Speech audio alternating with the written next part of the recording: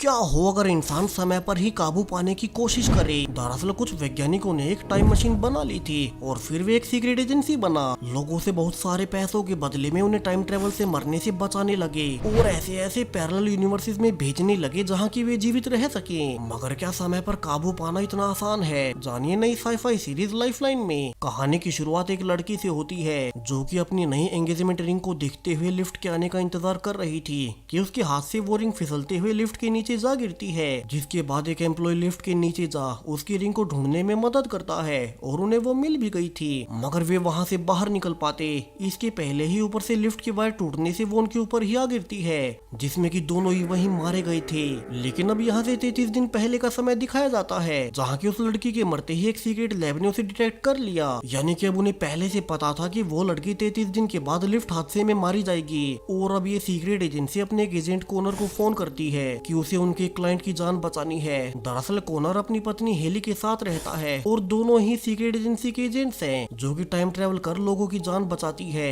अब ये एजेंसी ऐसा करती कैसे है हमें आगे पता चलेगा। यहाँ चूंकि एजेंसी को पहले से पता था कि वो लड़की कब और कैसे मारी जाएगी, तो कोनर अब जल्दी से टाइम ट्रेवल मशीन में एंटर करता है और सीधा उसी वक्त में पहुंच जाता है जहाँ की वो लिफ्ट गिरने ही वाली थी। और इस बार वो लिफ्ट के गिरने से पहले ही उस लड़की को बाहर निकाल लेता है और उसे बचा लेता है। तो वही वो दूसरा आदमी इस बार भी मारा गया था और वो लड़की जान जाती है कि ये तो उसी सीक्रेट एजेंसी का एजेंट है जिनके पास उसने काफी सारे पैसों के बदले में इंश्योरेंस करवाया हुआ है। और वो कोनर से पूछती भी है कि उसने उस दूसरे आदमी की जान क्यों नहीं बचाई, जिस पर कोनर उसे बताता है कि वो उनका क्लाइंट नहीं है और वो किसी और घटना में इंटरफियर नहीं करते।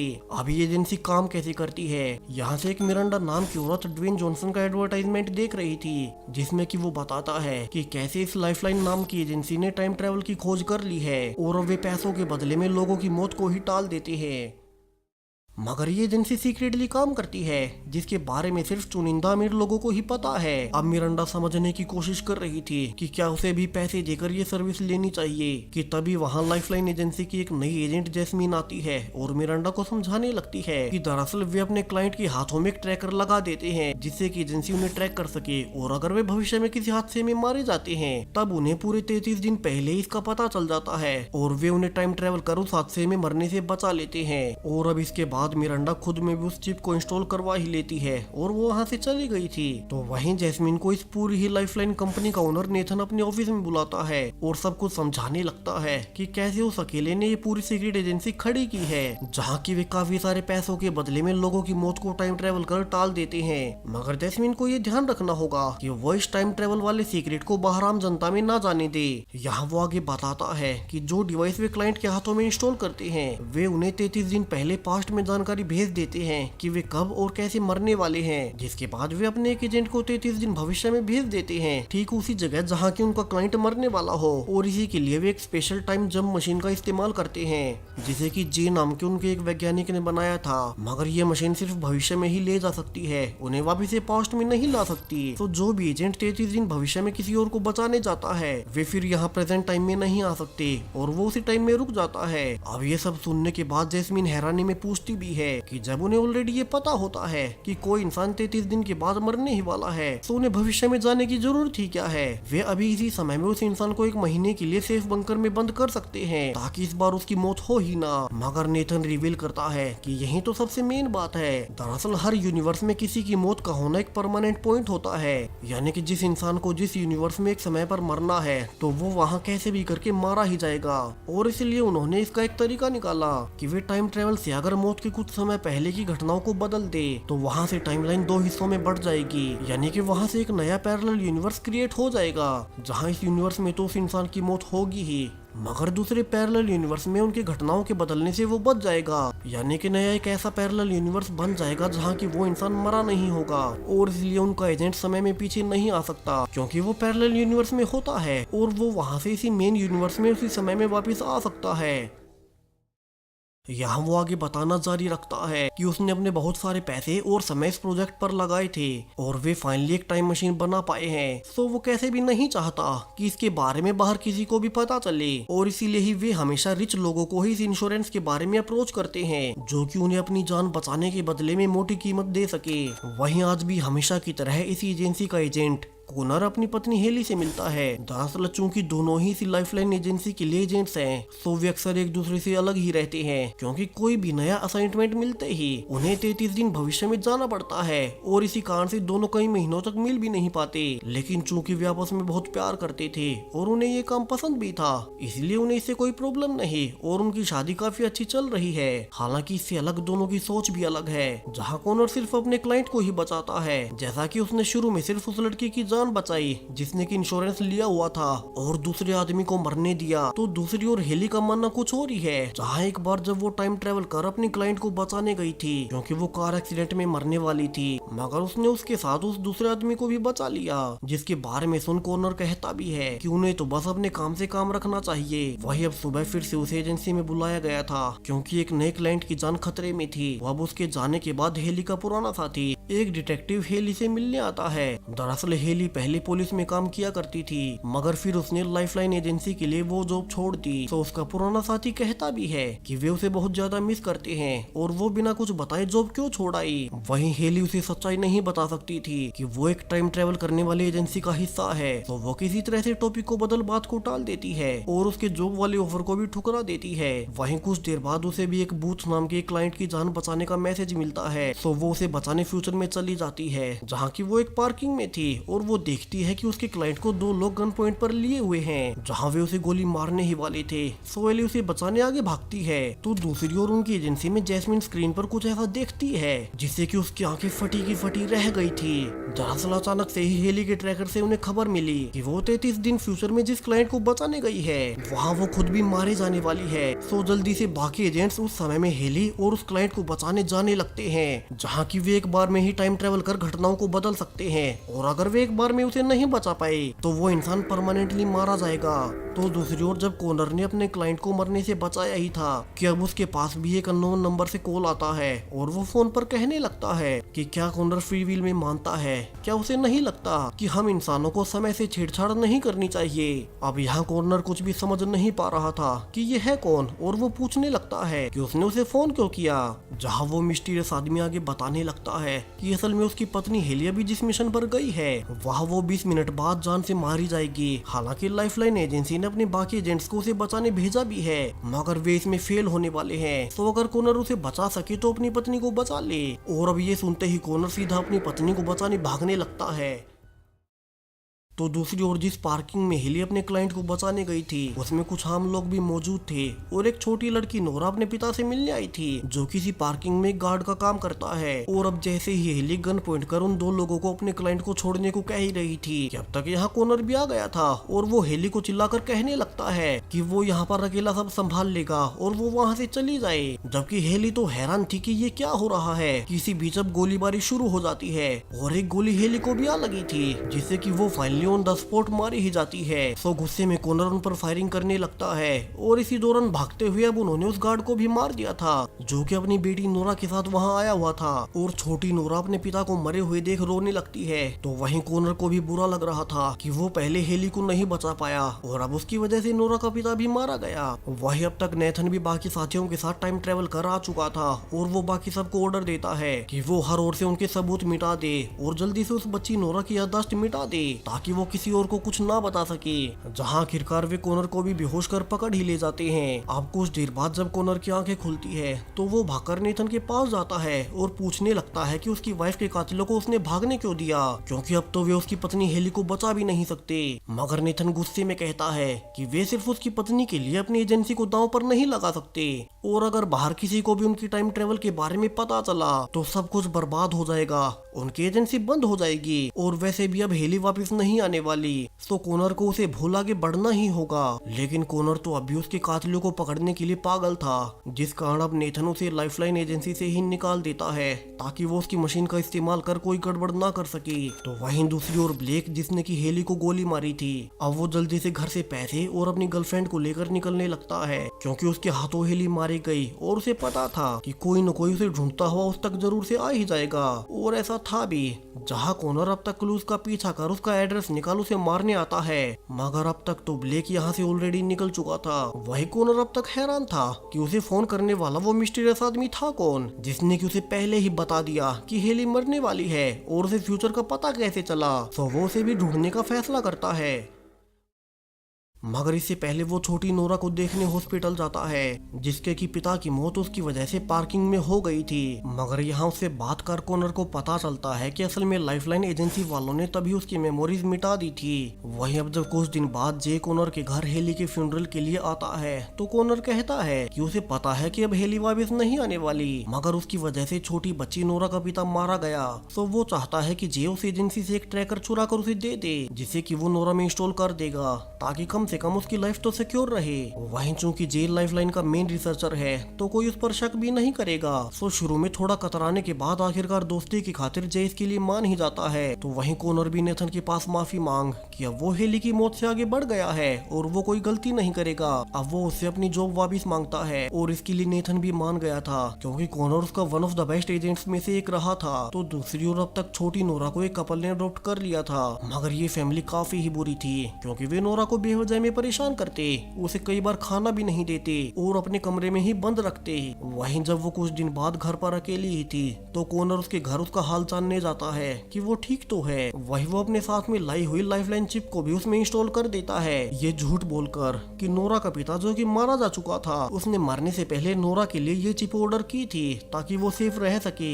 और उसके ऐसा करते ही जे के पास नोरा की डिटेल्स आ गई थी, जिन्हें कि वो बाकी सबसे सीक्रेट रखेगा। और कॉनर जाने से पहले नोरा की मेमोरीज को फिर से मिटा देता है ताकि उसे कुछ भी याद न रहे और वो बिना किसी टेंशन के अपनी लाइफ जी सके। जहाँ से अब धीरे धीरे 6 साल बीत जाते हैं और इस पूरे समय में कॉनर अक्सर नशे में ही रहता। दरअसल बाहरी दुनिया में 6 साल बीत चुके हैं, मगर कॉनर चूंकि बार बार भविष्य में टाइम ट्रेवल करता रहता है और उसकी लाइफ से बार बार 33 दिन घटते रहते हैं, तो इन 6 सालों के दौरान उसकी लाइफ के सिर्फ 2-3 साल ही बीते थे। मगर इतने साल बीतने के बावजूद वो अभी तक गिल्ट में था कि वो अपनी पत्नी को बचा नहीं पाया। तो दूसरी ओर नोरा भी अब तक बड़ी होकर टीनेज लाइफ में आ गई थी, मगर अभी तक भी उसके स्टेप पेरेंट्स उससे अच्छे से बिहेव नहीं करते। और आखिरकार पिछले 6 सालों तक घुटन में रहने के बाद फाइनली आज नोरा अपने घर से भागी जाती है, जहां नोरा घर से निकलने के बाद इधर उधर रहने की जगह तलाश रही थी। और इसी दौरान उसे टॉम नाम का एक लड़का मिलता है जो कि उसे कुछ दिन अपने साथ रहने का ऑफर करता है। तो वहीं तभी जे के पास नोटिस आता है कि आज से पूरे 33 दिन बाद नोरा एक एक्सीडेंट में मारी जाने वाली है। और जल्दी से कॉनर को इसकी खबर मिलने पर अब कॉनर नोरा के घर जाकर उसके बारे में पूछता है, मगर वो तो घर छोड़कर जा चुकी थी। तो अब वो ट्रैकर की लोकेशन को ट्रैक कर पूरे 33 दिन फ्यूचर में चला जाता है ताकि वह नोरा को मरने से बचा सके। वही दूसरी ओर हेली का कातिल ब्लेक अब नाम बदल कर रहने लगा था और अब उसकी एक छोटी बच्ची भी पैदा हो चुकी थी, जहाँ 6 साल पहले उसी घटना के बाद से वो बिल्कुल बदल गया और उसने सारे गलत काम भी छोड़ दिए। मगर प्रॉब्लम अब भी यही है कि उसकी नई आईडीज ऑथोराइज नहीं हुई थी। तो वो अपने एक साथी के पास जाकर काफी सारे पैसे ऑफर करता है ताकि उसकी नई आईडीज बन सके। वही दूसरी ओर नोरा जो कि टॉम के साथ रह रही थी, उसे समझ नहीं आता कि वो लाइफ में करे क्या। पहले उसका पिता मारा गया और अब वो दूसरा घर भी छोड़ आई। तो वो एक रात नशे में बिल्डिंग के ऊपर चलने लगती है और यही वो घटना थी जिसका कि नोटिफिकेशन जी को मिला था, यानी कि वो यहाँ से गिरकर मारी जाने वाली है। मगर चूंकि उसमें वो ट्रैकर लगा हुआ था तो इस बार कॉनर पहले ही आकर उसे गिरने से बचा लेता है और शांत करने लगता है। हालांकि नोरा इससे भी हैरान थी कि इस आदमी को उसका नाम कैसे पता, जहां से कॉनर को उसे सारी सच्चाई बतानी ही पड़ती है। और वो इसे ये भी बताता है कि उसे फिर से उसकी सारी मेमोरीज मिटानी होंगी, वरना तो अगर उसकी एजेंसी को पता लगा तो वे उसे छोड़ेंगे नहीं। तो कॉनर फिर से नोरा के मेमोरीज को मिटा ही देता है। मगर अब जब कुछ दिन बाद नोरा घर पर अपने दोस्तों के साथ ही थी, तब उसे एक सीक्रेट पार्सल मिलता है जिसमें कि एक फोन था और उसमें मैसेज आया हुआ था कि क्या उसे याद है कि उसकी मेमोरीज मिटाई जा रही हैं। सो नोरा जल्दी से उसी नंबर पर फोन करती है और पता करती है कि असल में ये तो कोई जैक है। और वो कहने लगता है कि उसके पास नोरा की सारी ही मेमोरीज है और वो उससे उसके बताए एड्रेस पर मिलने आए। सो नोरा तभी अपनी दोस्त के साथ जैक के बताए एड्रेस पर जाती है, जहाँ की वो देखती है कि एक एजेंट कहीं से टाइम ट्रेवल करके वहाँ पर आ गया और कहीं भाग गया। सो जैक फिर से नोरा को फोन कर कहता है कि यही तो वो उसे दिखाना चाहता था। दरअसल दरअसल ये एक सीक्रेट एजेंसी है जिनके पास टाइम ट्रेवल की मशीन है और इसी एजेंसी के खिलाफ उन्हें मिलकर काम करना है और नोरा इसके लिए मान गई थी। तो वहीं लाइफलाइन एजेंसी में जे ने टाइम ट्रेवल से जुड़ी एक और नई खोज कर ली थी और वो यही बताने ओनर नेथन के पास भी जाता है कि अभी अभी उसने एक नया फॉर्मूला खोज निकाला है जिससे कि वे अब पास्ट में भी टाइम ट्रेवल कर पाएंगे और उन लोगों को भी बचा पाएंगे जिन्हें कि वे पहले बचा नहीं पाए थे। मगर नेथन इसे सुन इस फॉर्मूला पर आगे काम करने से मना कर देता है क्योंकि अभी वो इस मशीन पर इतने सारे पैसे लगाकर हटा था और अगर पास्ट में जाने की मशीन तैयार हुई तो उसकी ये पूरी ही इन्वेस्टमेंट बर्बाद हो जाएगी। तो वो जे को इस फॉर्मूला पर काम करने से मना कर देता है। इतना ही नहीं, यहाँ से जे को एजेंसी की मेन लैब में जाने की परमिशन भी रद्द कर दी गई थी ताकि वो इस आइडिया पर आगे काम ना कर सके। तो दूसरी ओर नोरा के पास फिर से जैक का फोन आता है और वो बताता है कि जल्दी उनके आसपास एक टाइम ट्रेवलिंग एजेंट आने वाला है और उनका मिशन होगा कि वे उसे वहीं रोक ले। तो नोरा उसे रोकने भागती है मगर वो फीमेल एजेंट काफी ही ट्रेंड थी और वो नोरा को मारकर वहाँ से निकल ही जाती है। तो वहीं लाइफलाइन ऑफिस में जैस्मिन हमेशा से कॉनर को पसंद करती थी और अब जब इतने साल हो चुके हैं तो वो फाइनली कॉनर को प्रपोज कर ही देती है जिसके लिए कि अब कॉनर भी मान गया था और दोनों साथ में रहना शुरू कर देते हैं। मगर कॉनर के घर जाकर उसे पता चलता है कि असल में वो अभी तक भी अपनी एक्स वाइफ हेली के कातिलों को ढूंढने में लगा हुआ है। और कॉनर अगले दिन भी ब्लेक की फोटो दिखा आसपास में पूछने लगता है कि क्या उन्होंने इसे कहीं देखा है। हालांकि ब्लेक तक ये खबर पहुंच चुकी थी कि कॉनर अभी तक भी उसे ढूंढ रहा है। तो ब्लेक फैसला करता है कि वो कॉनर से मिल इस मामले को सुलझाना चाहता है क्योंकि अब उसकी एक फैमिली है। तो अब जब कॉनर एक रेस्टोरेंट में बैठा ही था कि ब्लेक उसके सामने से आकर खुद से माफी मांगने लगता है कि वो सब उससे गलती से हो गया और वो तो बस अपने बॉस को सुरक्षित रख रहा था जहाँ की उसने बस कवर फायरिंग के लिए शूटिंग की थी। मगर उसे पता नहीं था कि वो गोली सीधा जाकर हेली को लग जाएगी। वहीं उसने तो अब वो काम भी छोड़ दिया है क्योंकि उसकी एक फैमिली है। तो ब्लेक यहाँ से कॉनर को हेली की मौत से आगे बढ़ने की रिक्वेस्ट करता है मगर कॉनर तो सालों से अपनी पत्नी के कातिल को ढूंढ रहा था। तो वो ब्लेक के चुप होते ही उस पर टूट पड़ता है और दोनों में काफी लड़ाई भी होती है जहाँ की आखिरकार ब्लेक वहाँ से भागकर अपनी जान बचाता है। तो दूसरी ओर टॉम नोरा पर गुस्सा था कि उसे ऐसे किसी टाइम ट्रेवलर को पकड़ने की जरूरत नहीं है कि तभी फिर से उसके पास जैक का फोन आता है और वो कहता है कि उन्हें उस एजेंट को रोकना चाहिए था मगर अभी उसके पास एक और मौका है और अगर वे इस नए एजेंट को रोक लेती है तो वो उसे पूरे 5 लाख रुपए दे देगा। और अब इतने सारे पैसों के बारे में सुन टॉम भी नोरा का साथ देने को तैयार हो ही जाता है। वहीं दूसरी ओर ब्लेक काफी ही दुखी था कि कॉनर ने उसे माफ नहीं किया और आज तो उसकी पत्नी भी उसे परेशानी में देख लेती है जहाँ ब्लेक उसे पूरी ही बात बताता है कि कैसे 5 साल पहले उसे बहुत बड़ी गलती हो गई थी मगर शायद से उसका पास्ट कभी उसका पीछा नहीं छोड़ेगा। यहाँ उसकी पत्नी उसे समझाती भी है कि अब उनकी एक बेटी है तो ब्लेक को कुछ भी करके अपने पास्ट से खुद का पीछा छुड़वाना ही होगा। तो अब अपने परिवार के लिए ब्लेक पहले कॉनर के घर के सामने जा और उस पर निशाना लगा। अब उसे फोन पर कहने लगता है कि वो हमेशा हमेशा के लिए अपने परिवार के साथ ये देश छोड़कर जा रहा है और उसे कॉनर से कोई लड़ाई भी नहीं करनी। मगर कॉनर तो गुस्से में था और वो कहता भी है कि वो जहाँ कहीं भी चला जाए वो उसे वहीं ढूंढकर जान से मार देगा। तो अब आखिरकार ब्लेक उसे आखिरी ऑप्शन देता है कि या तो कॉनर उसका पीछा छोड़ दे वरना वो उसे अभी गोली से जान से मार देगा। और ये कॉनर भी समझ गया था कि ब्लेक उस पर निशाना लगाए हुए है तो वो उसे झूठा वादा करता है कि वो आज के बाद से उसका पीछा कभी नहीं करेगा। तो दूसरी ओर लाइफलाइन हेडक्वार्टर्स में चूंकि नेथन ने जे को टाइम मशीन बनाने से मना कर दिया था तो जे अब अपनी आगे की खोज अपने घर पर ही कंटिन्यू करने लगता है ताकि वो एक ऐसी मशीन बना सके जो कि न सिर्फ इंसानों को भविष्य में लेकर जाए बल्कि पास्ट के भी किसी भी समय में ले जा सके। जहां उसने कई हफ्तों की मेहनत के बाद एक प्रोटोटाइप भी बना लिया था मगर जे उसे इस्तेमाल करने पर जान पाता है कि इस मशीन को चलाने के लिए उसे बहुत सारी एनर्जी की जरूरत होगी और उसके बाद ये मशीन काम करने लगेगी। तो वहीं नोरा और उसके दोस्तों के पास अगले टाइम ट्रेवलिंग एजेंट की लोकेशन आ चुकी थी और वे उसी जगह पर जाकर उसे रोकने लगते हैं जहाँ इस बार एक एजेंट एलाई अपने क्लाइंट को बचाने आया ही था मगर अब नोरा अपने साथियों के साथ उस पर टूट पड़ती है। हालांकि काफी फाइटिंग के बाद एलाई सबको मारकर वहाँ से भाग गया था मगर अब तक समय निकलने से उसका क्लाइंट मारा जा चुका था जिसे कि मरते हुए नोरा और उसके दोस्त भी देख लेते हैं और काफी दुखी होते हैं। मगर अब घर वापस आते ही उन्हें उनके पैसे मिल चुके थे और साथ ही एक नोट भी था कि उन्होंने अपने मिशन को पूरा कर दिया। जहाँ बाकी सब तो इसे काफी ही खुश होते हैं लेकिन नोरा इसे खुश नहीं थी कि उन्होंने किसी और को मरने दिया क्योंकि वो एजेंट किसी की जान बचाने ही वहाँ गया था। जबकि लाइफलाइन एजेंसी में नेथन और जैस्मिन इसी बात से परेशान थे कि ये है कौन जो कि उनके एजेंट्स को रोक रहा है। पहले उनकी लेडी एजेंट पर अटैक हुआ और इस बार तो दूसरा एजेंट अपने क्लाइंट को भी बचा नहीं पाया। वहीं किसी को ये कैसे पता हो सकता है कि उनका एजेंट कब और कहां जाएगा, यानी कि उनका दुश्मन कोई उनकी एजेंसी वाला ही है। और नेथन अब हर किसी की जांच करने का आदेश देता है कि उनमें से वो कौन है जो कि ये करवा रहा है।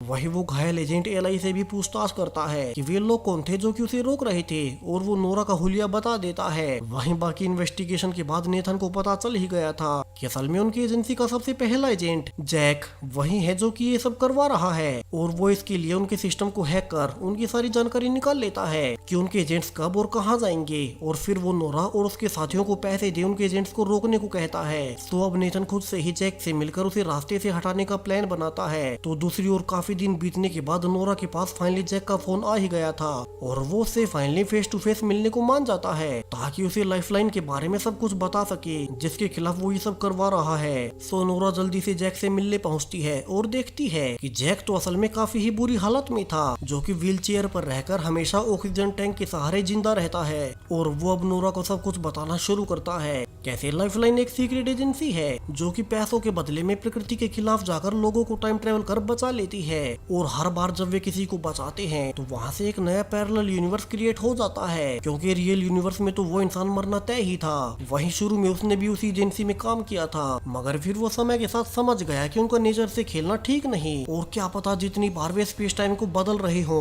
उससे मेन यूनिवर्स ही तबाह हो जाए। सो उसने वहाँ से निकल उनके एजेंट्स को रोकना शुरू कर दिया ताकि जो प्रकृति के अनुसार होना हो वो होकर ही रहे। हालांकि नोरा पूछ भी रही थी कि अगर लाइफलाइन लोगों की जान बचा रही है तो इसमें गलत है क्या। और जैक नोरा को उसके पिता का एग्जाम्पल देता है कि वो एजेंसी बस पैसों के लिए ये सब कर रही है, जिसमें कि कई बार दूसरे लोग भी मारे जाते हैं जिन्हें की असल में मरना था ही नहीं। और वो नोरा के पिता की मेमोरी उसे याद दिलाता है कि कैसे उसके पिता को उस दिन पार्किंग में मरना ही नहीं था, मगर सिर्फ पैसों के लिए लाइफलाइन के एजेंट्स ने उन गुंडों से लड़े और इसी बीच नोरा के पिता बीच में मारे गए, जिसके बाद नोरा की लाइफ इतनी ज्यादा बर्बाद हो गई। वरना मेन टाइमलाइन में तो नोरा अपने पिता के साथ हमेशा खुश रहती। अब ये सुनने के बाद नोरा को भरोसा नहीं होता कि लाइफलाइन की वजह से उसकी लाइफ इतनी खराब हो गई। तो जैक उसे कॉनर के बारे में भी बताता है जिसने कि उसके अंदर वो चिप इंस्टॉल की, और वो उसे सारी सच्चाई बता देगा। वहीं चूंकि बाहर नेतन उसे ढूंढने आने ही वाला था तो अब जैक नोरा को अंदर छिपा देता है और कहता है कि वो उनकी सारी ही बातें सुने और उसे उस पर भरोसा हो जाएगा। तो वहीं अब तक नेथन भी अंदर आ चुका था और वो गुस्से में कहने लगता है कि जैक को ऐसा नहीं करना चाहिए था, वो उसे अपनी एजेंसी को बर्बाद नहीं करने देगा। और अब ये कहकर वो जैक की पाइप ही काट देता है और उसे जान से मार डालता है। वही अंदर से नोरा सब कुछ देख रही थी और उसे फाइनली यकीन हो ही जाता है कि लाइफलाइन का टाइम ट्रेवल करना सही नहीं। तो वो घर जाकर प्लान बनाती है कि वो अपने हाथ में लगी चिप से कॉनर को अपने पास बुला लेगी और कंफर्म करेगी कि क्या उसी की वजह से उसके पिता की मौत हुई थी। तो दूसरी ओर जे कॉनर को अपने घर बुला खुशखबरी देता है कि उसने फाइनली एक रियल टाइम मशीन बना ही ली है, जिससे कि वे न सिर्फ फ्यूचर में बल्कि पास्ट में भी जा पाएंगे। जिसे कि सुन अब कॉनर भी खुश था कि फाइनली शायद से वो अपनी पत्नी हेली को फिर से बचा पाएगा। तो वो जे से कहता है कि वो कैसे भी करके इस काम को पूरा करे और इस मशीन को काम करने लायक बना दे, और वो उसका ये एहसान कभी नहीं भूलेगा। और अब जब जे ऑफिस आया ही था तो जैस्मिन उससे पूछने लगती है कि वो आजकल इतना लेट अपने घर पर ऐसा क्या कर रहा है। वही वो कॉनर को भी अपने पास मिलने बुलाता है और अब ये सुनते ही जे घबराकर बात टालने लगता है कि कहीं जैस्मिन को सब पता तो नहीं चल गया, क्योंकि वो कॉनर के साथ ही रह रही थी। वही जैस्मिन भी पीछे से जे के घर की चाबियां चुरा अब अकेले उसके घर में घुस जाती है, जहाँ से अब उसे भी पता चल चुका था कि जी ने अपने घर नेथन से छुपकर टाइम मशीन बना ली है। मगर अब उसे समझ नहीं आता कि वो करे क्या, क्योंकि अगर कॉनर ने टाइम ट्रेवल किया तो वो अपनी पत्नी को बचा लेगा और फिर उसे दूर हो जाएगा, जो कि जैस्मिन चाहती नहीं थी, क्योंकि वो तो हमेशा से कॉनर को प्यार करती थी। वही दूसरी ओर नोरा ने कॉनर को पकड़ने का प्लान बना लिया था, जहाँ वो एक गन और हैंडकफ्स के साथ तैयार थी कि कॉनर के आते ही वो उसे पकड़ लेगी और फिर वो खुद बिल्डिंग की टॉप पर जा अब नीचे कूद ही जाती है। मगर जैसा कि होना ही था, दूसरी टाइमलाइन बनते ही इस बार कॉनर ने उसे आखिरी वक्त पर आकर बचा ही लिया था, जो कि नोरा का पहले से प्लान था। और अब वो गन पॉइंट पर कॉनर से सारी ही सच्चाई पूछने लगती है, क्या सच में लाइफलाइन की वजह से उसके पिता की मौत हुई और उन्होंने उसकी मेमोरी मिटा दी, जो घटना मेन टाइमलाइन में नहीं होनी थी। और जैसे ही कॉनर उसे हाँ कहता है, अब वो कॉनर को एक पुरानी बिल्डिंग में लाकर बांध देती है और अपनी चिप को तोड़ते हुए कहती भी है कि अब जैक का अधूरा काम वो खुद पूरा करेगी, जहाँ वो आगे बताती है कि वो अब कॉनर को गोली से जान से मार देगी और जब उसे बचाने नेथन यहाँ आएगा तो वो उसे भी मार देगी, जिससे कि उसकी एजेंसी ही बंद हो जाए। और ये कहकर अब वो कॉनर को गोली मार ही देती है, यानी कि कॉनर मेन यूनिवर्स में मारा जा चुका है। वही अब उसकी मौत का सिग्नल मिलते ही लाइफलाइन एजेंसी दूसरी टाइमलाइन में उसे बचाने के लिए एक दूसरे एजेंट एलाई को भेज देती है और वो इस बार नोरा को गोली चलाने से पहले ही पीछे से आकर शूट कर जान से मार डालता है और कॉनर को पकड़ नेथन के सामने ले जाता है, क्योंकि उसने सबसे छुपकर नोरा को वो ट्रैकर लगा दिया था। और अब गुस्से में नेथन कॉनर से वो ट्रैकर निकलवाने का आदेश देता है ताकि अगर वो मरने वाला हो तो कोई उसे बचाने ना जाए। और उसे इसके लिए जैस्मिन के पास ले जाया जाता है, जो कि अभी तक भी कॉनर से प्यार करती थी। सो जैस्मिन अब कॉनर का ही साथ देते हुए उसे फाइनली एलाई से छुड़ा ही देती है और एजेंसी से भगा देती है, जहां कॉनर भागकर सीधा अपने दोस्त जे के घर जाता है और सब कुछ बताता है कि कैसे कुछ देर पहले नोरा की मौत हो गई। सो उसे कैसे भी टाइम मशीन का इस्तेमाल कर अभी नोरा को बचाना होगा। तो वहीं जे उसे बताता है कि असल में ये मशीन सिर्फ एक बार ही काम कर सकती है। सो अब कॉनर के पास सिर्फ दो ही ऑप्शन है, या तो वो 7 साल पहले टाइम ट्रेवल कर अपनी पत्नी को बचा ले, या फिर 7 घंटे पहले टाइम ट्रेवल कर नोरा को बचाए। यहाँ कॉनर के सामने काफी ही मुश्किल फैसला था। एक और उसकी पत्नी हेली थी, जिसके लिए वो पिछले 7 सालों से तरस रहा था, तो दूसरी ओर नोरा थी, जिसकी लाइफ उसी की वजह से बर्बाद हुई। सो अब वो अपने इकलौते चांस में नोरा को बचाने का फैसला करता है और कहता है कि अगर हेली भी आज जिंदा होती तो यही फैसला लेती, क्योंकि उसे हमेशा से सबकी चिंता होती थी। और ये कहकर अब कॉनर इकलौते चांस का इस्तेमाल कर अब 7 घंटे पहले के समय में चला जाता है, जब नोरा उसे गोली मारने ही वाली थी। मगर अब यहाँ कॉनर के दो वर्जन थे, जहाँ कॉनर उसे बताता है कि वो भी फ्यूचर से आया है और अगर नोरा ने उसे गोली मारी तो वो खुद भी मारी जाएगी, जो कि वो कभी नहीं चाहता, क्योंकि उसे भी पता है कि उस दिन उसी की वजह से उसके पिता की मौत हुई थी। मगर उस दिन उसकी पत्नी भी मारी गई और आज उसने उसकी पत्नी के कातिल ब्लेक को माफ कर दिया है, उसे अपने दिल से निकाल दिया है, क्योंकि उसकी भी एक फैमिली है और यही वो नोरा से उम्मीद करता है कि वो भी उसे माफ कर दे। और अब कॉनर की बातों को सुन नोरा भी फाइनली गुस्से को त्याग वहाँ से चली ही जाती है। तो वही अब दोनों कॉनर डिस्कस करते हैं कि वे क्या करें और फ्यूचर कॉनर को स्ट्राइक होता है कि असल में जे की मशीन से चूंकि एक ही बार टाइम ट्रेवल किया जा सकता था, तो अगर वो इस वक्त दोबारा जे के पास जाए तो वो मशीन अभी पूरी होगी और वो इस बार हेली को बचा सकता है। यानी कि बेशक से जे की मशीन से एक ही बार टाइम ट्रेवल किया जा सकता हो, मगर समय में पहले जाने पर वो चांस फिर से मिल जाता है, जैसे कि अब 6 घंटे पीछे आकर नोरा को बचाने पर जे की मशीन इस वक्त में एक बार भी नहीं चली थी और कॉनर इस बार 7 साल पहले जाकर अपनी पत्नी हेली और नोरा के पिता दोनों को ही मरने से बचा लेगा। और इसी थ्रिलिंग एंडिंग के साथ ये पूरी ही सीरीज अब यहीं खत्म हो जाती है। सो वीडियो कैसा लगा कमेंट्स में बताते जाएं, साथ ही चैनल को सब्सक्राइब करें और भी ऐसी ही नई वीडियोस के लिए। Thank you.